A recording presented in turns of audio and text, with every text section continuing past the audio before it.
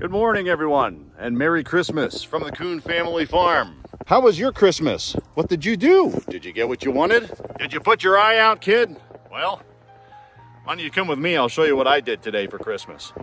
We got to spend time with friends and family yesterday and on Saturday. And yes, today is Christmas, but we're on a working farm. So we did get to spend time with friends and family. So today, I'm going to spend time taking care of the other F word. Food. We've got to clean up this yard for the ladies, the babies, and the boys. And yes, this is what we do on Christmas.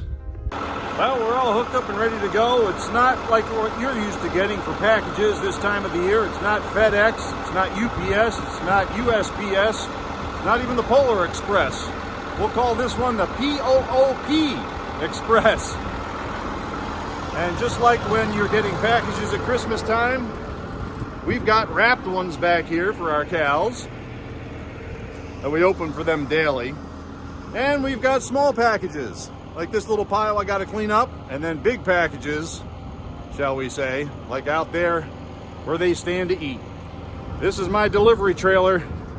You don't want to see this pulling up to your back door.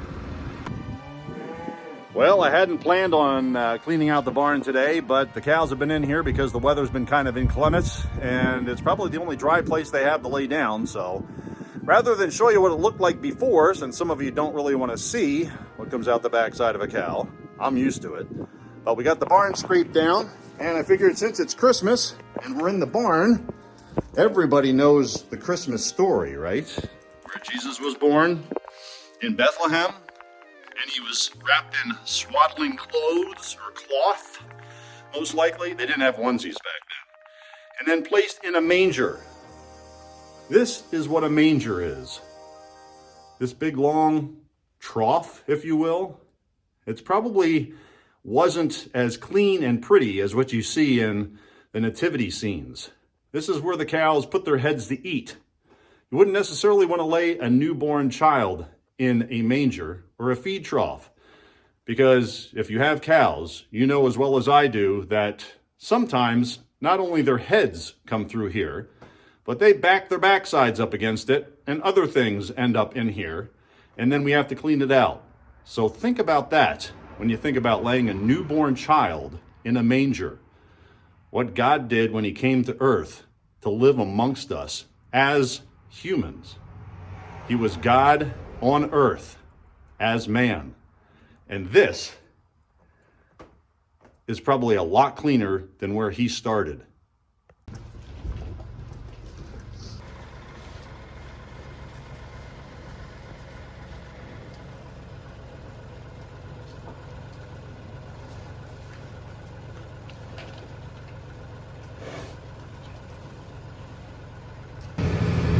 And away we go.